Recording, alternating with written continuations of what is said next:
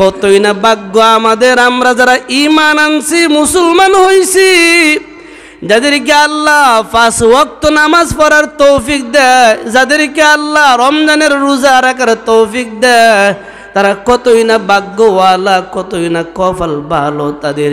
কারণ রাসূল আজ থেকে 1400 বছর আগে বলে গেছে, কিয়ামত পর্যন্ত যারা আমার উম্মত হবে, যারা 5 ওয়াক্ত নামাজ পড়বে, রোজা রাখবে, আমি নবীর সুন্নত তরিকায় চলবে, প্রত্যেকটা মানুষ হলো আমি নবীর বন্ধু।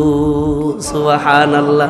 নবী বলে গেছে, কিয়ামত পর্যন্ত আনেওয়ালা মানুষ যারা হবে, তাদের মধ্যে যারা 5 ওয়াক্ত নামাজ পড়বে, তাদের মধ্যে যারা রমজানের রোজা রাখবে, তাদের মধ্যে যারা আমি নবীর সুন্নতগুলি দেখা দেখা পালন করবে, তাদের মধ্যে যারা আমি নবীর সুন্নত তরিকায় জীবন চালাবে, আমি নবী সাহাবায়ে কেরামদের সামনে বলে গেছি, ওই মানুষগুলি হলো আমি নবীর বন্ধু।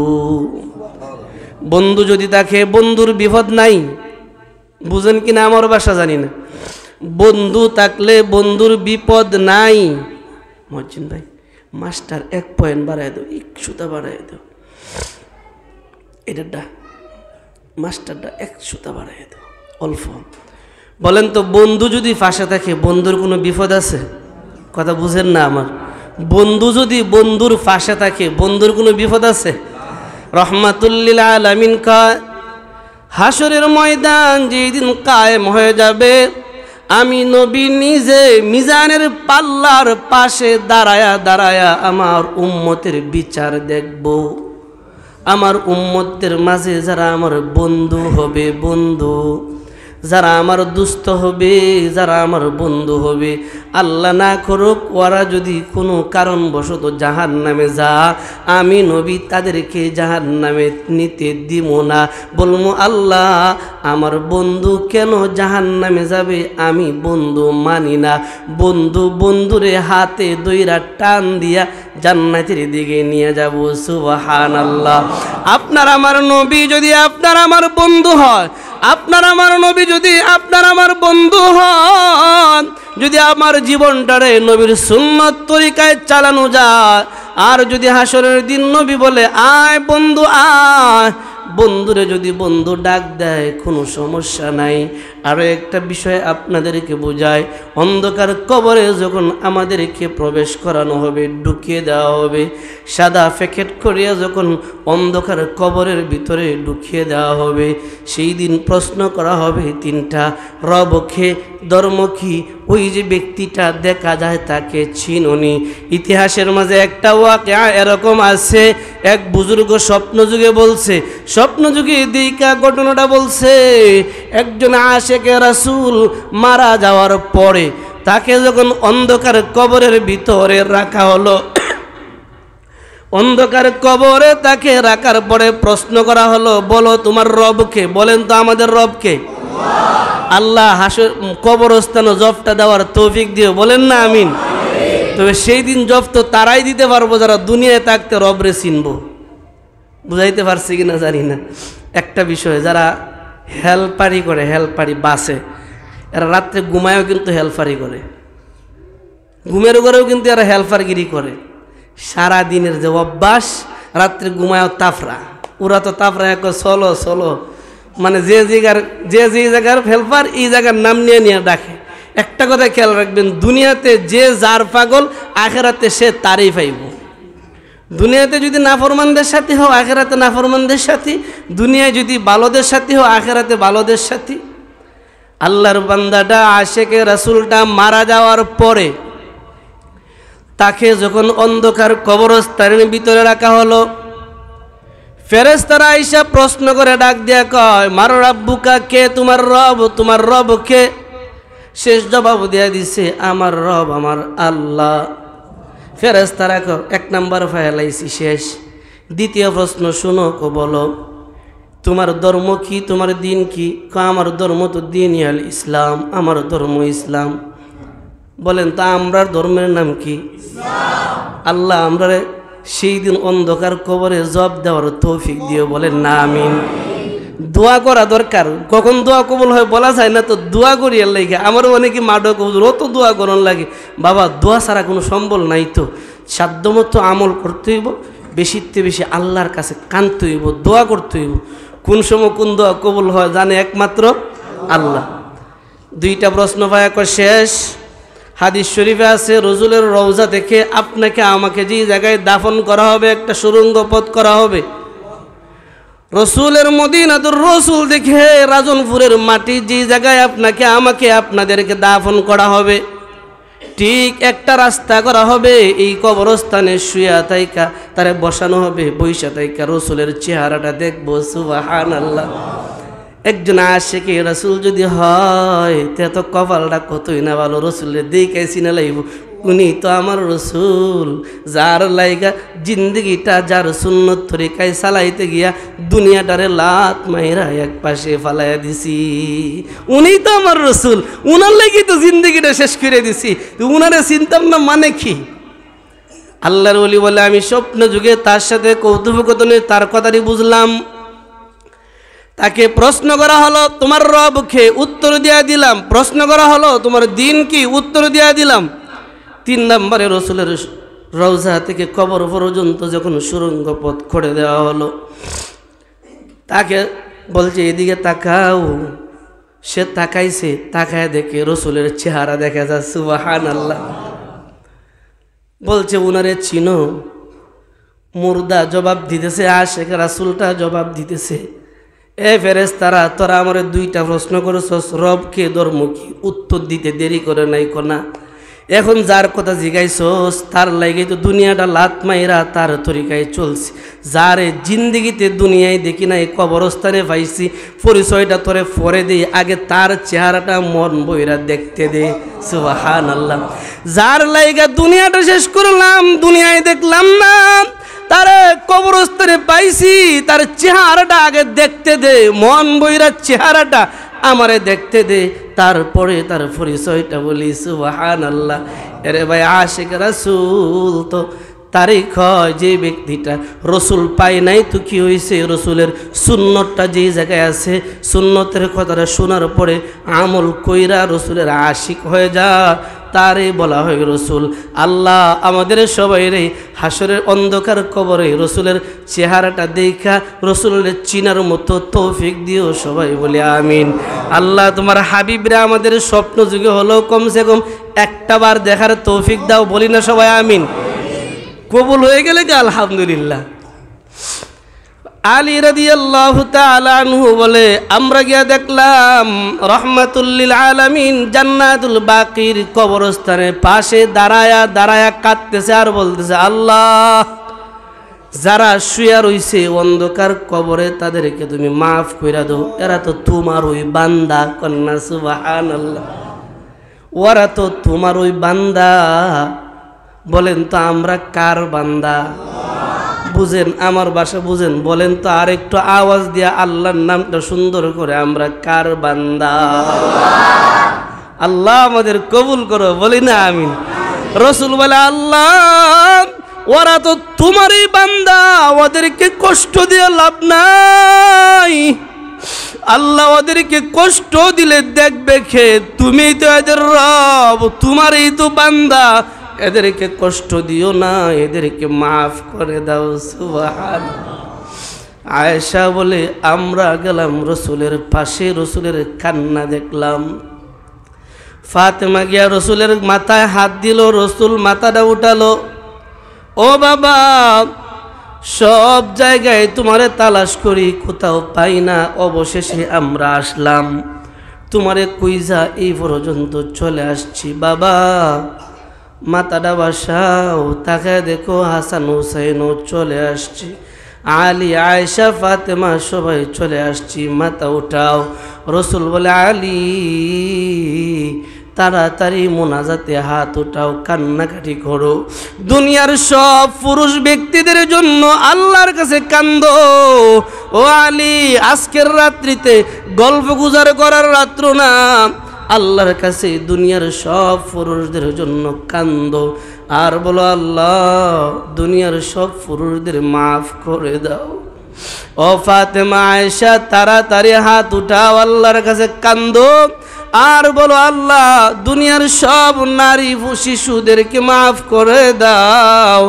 নারী এবং শিশুদের জন্য তোমরা দুইজন দোয়া করো, আলী তুমি পুরুষদের জন্য দোয়া করো। আমি নবী আমার কিয়ামত পর্যন্ত আনেওয়ালা সারা জাহানের সব উম্মতের জন্য আল্লাহর কাছে দোয়া করি। কান্নাকাটি শেষ হওয়ার পরে বলে, আয়েশা আলী ফাতেমা জানো রাত্রটা কি তার কন্যা? আজকের রাত্রটাই শবে বরাত, আরেক রিওয়ায়াত আছে শবে কদর, ধরে নিলাম শবে বরাত। বলেন তো শবে বরাতের রাত্রটা হলো সিন্নি নিয়ে দৌড়াদৌড়ি করার রাত্র? হ্যাঁ, আজকে অনেক জায়গায় দিকে আইছি, সিন্নি দেখ বসাইতেছে, কয়েক জায়গায় জিগেছি কি হইতে গীতা, আজকে যে শবে বরাত। রাস্তায় আইতে গিয়ে আর কি অনেকের জিজ্ঞেছি বিষয় কি, তা আজকে কি তা, আজকে না শবে বরাতের লাইগা, বুঝুন না খাওয়ান লাগতো না রাত্রে, সারা বছর খাইছে না তো আজকে খাইবো, আখাউরার করে আখাউরারা আজকে খাইবো, সারা বছর খাইছে না আজকে রাত্রে খাইবো। কোন তো শবে বরাত কি সিন্নি নিয়ে দৌড়াদৌড়ি করার রাইত? বুঝেন আমার বাসা বুঝেন, সিন্নি টুবলা নিয়া, জিলাপি নিয়া, গজা নিয়া, বিস্কুট নিয়া দৌড়াদৌড়ি আর কিলাকিলির রাইত আজকে কি আর রাইত? আল্লাহর কাছে কান্নাকাটি করার রাত। তবে একটা কথা কয়ে দিই, কুফন কথা, এটা কোয়াটা ঠিক না, এরপরেও কয়ে লাই, আজকের রাত্রে তারাই ইবাদতে মজা পাইব যারা সারা বছর 5 ওয়াক্ত নামাজ পড়ে। যারা 5 ওয়াক্ত নামাজ সারা বছর পড়ে ওরা আজকের রাত্রে ইবাদত করলে মজা পাইব। আরেক দল মজা পাইব যারা আজকের রাত্রিতে এই নিয়তে ঢুকবো যে আল্লাহ আজকের পরে আর নামাজ ছাড়তাম না, তওবা, ওরাও ইবাদতে মজা পাইব। কিন্তু যারা শবে বরাতের মুসল্লি হইবা ইবাদতে মজা পাইতা না, আইবা যাইবা শুনলাম যাইলাম শেষ, 8 রাত 10 রাত নামাজ পড়লাম আর যাইলাম আইলাম, এটাই কষ্ট নিয়েন না কথাটা। আমি কিন্তু আমার কথা স্পষ্ট দেখো, অথবা কষ্ট পাইয়া লাইবেন, কিছু করার নাই। দুই পক্ষ, এক যারা 5 ওয়াক্ত নামাজ সারা বছর পড়ে হরদম পড়ে আল্লাহর জন্য, তারাও শবে বরাত শবে কদর এই রাত্রিতে ইবাদত করে মজা পায়।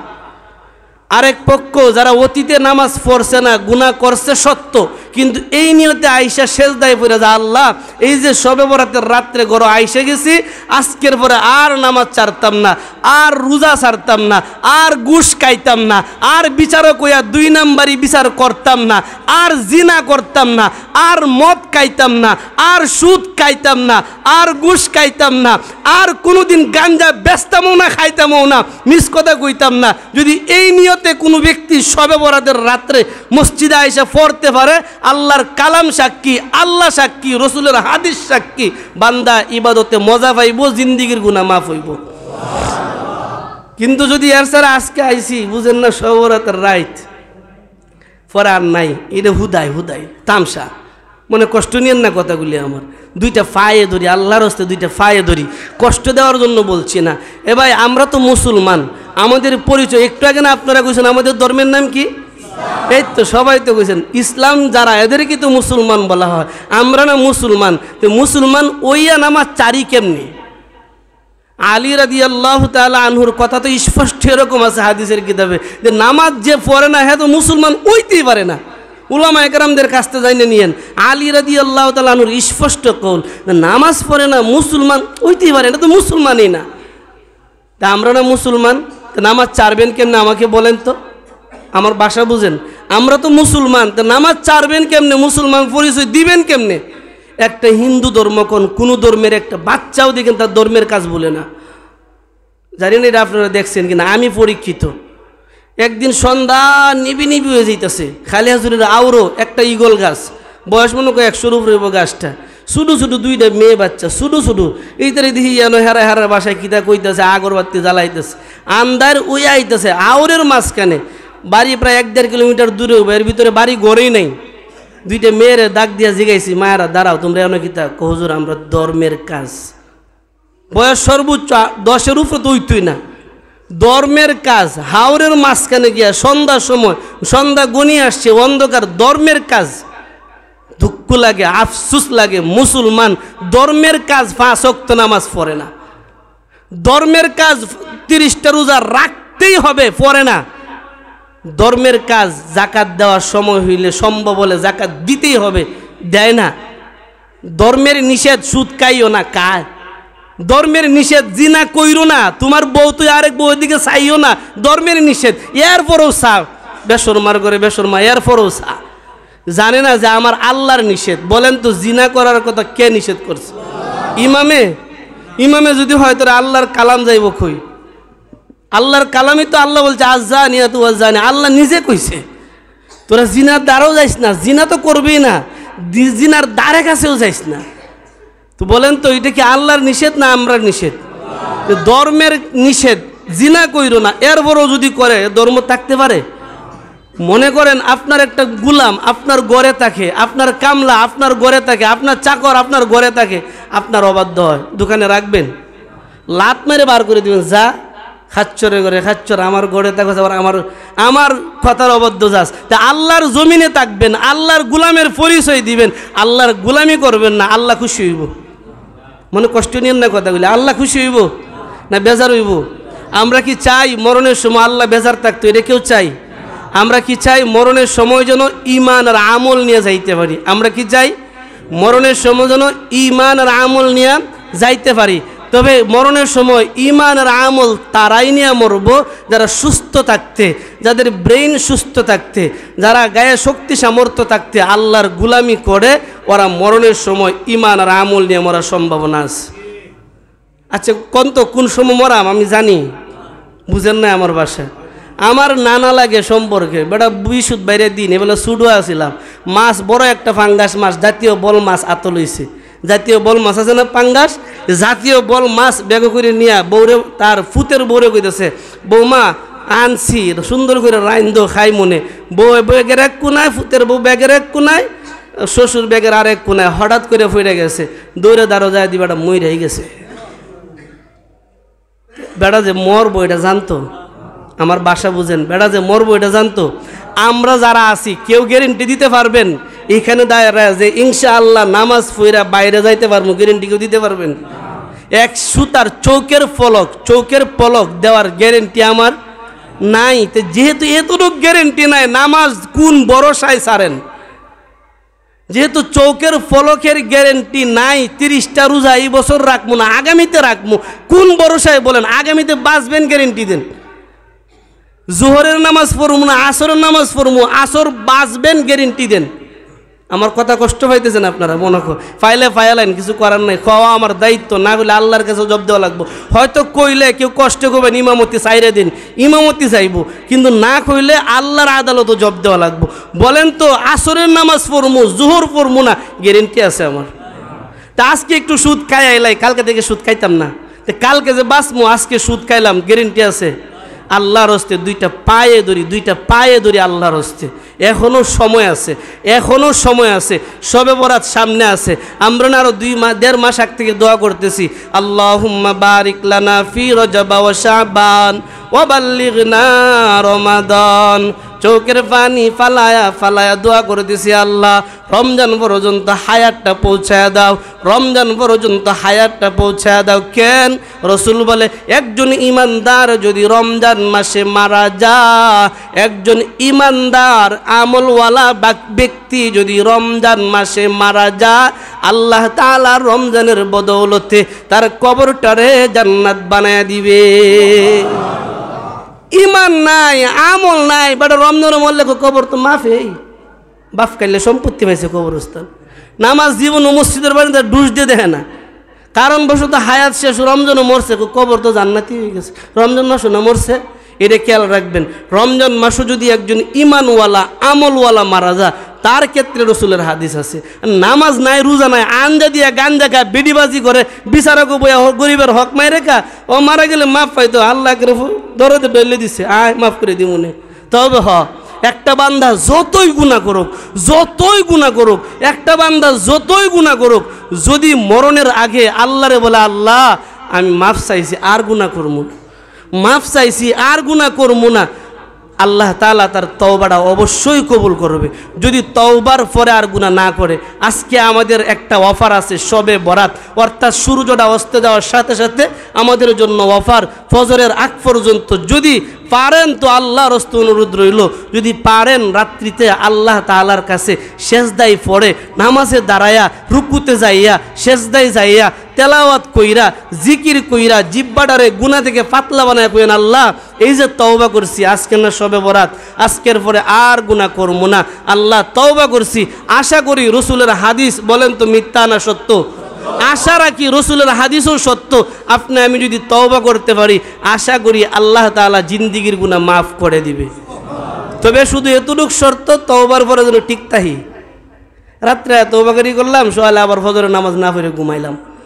কথা আছে না, সারা রাত মাছ মারছে, জালওয়ালা ভাই সারা রাত মাছ মারছে, সকালে দেয় যে ফাইতলা তুছে, ফাইতলার তলা নেই। কথা বুঝেন আমার? আমরা কই সুরহা, যে জি বাসায় বুঝে। সারা রাত মাছ মারছে, মায়েরা সকালে দেয় যে ফাইতলার তুছে, ফাইতলার ডেগের তলাই নেই। সারা রাত ইবাদত বন্দি করলেন, ফজরের নামাজ নাই, এই ইবাদত এই মাছ মারার মতোই। কষ্ট পায়েন না আবার কথাগুলি, মাছ মারার মতো হয়ে যাইব গা। আল্লাহর হস্তে অনুরোধ রইল, আগে 5 ওয়াক্ত নামাজের জন্য আল্লাহর কাছে প্রতিজ্ঞা করেন। দেখেন আল্লাহরও কেমন প্রতিজ্ঞা।